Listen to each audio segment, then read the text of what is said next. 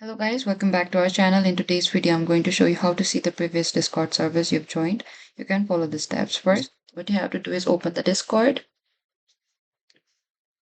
After that, log into your Discord account.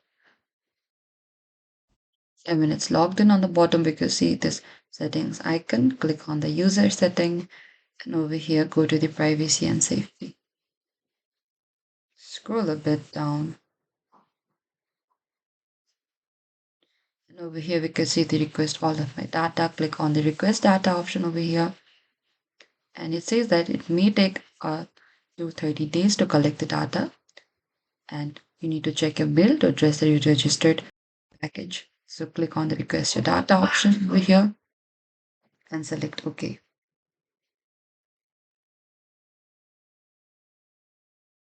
And after that, when you request your data, you need to check your mail. Discord will send you an email with a link to download your data. Open your mail inbox associated with your Discord account and find the email from Discord and download the data from there. This is it. Thank you for watching this video. I hope I could help you. Do not forget to like, subscribe, and hit the bell notifications icon for more upcoming uploads.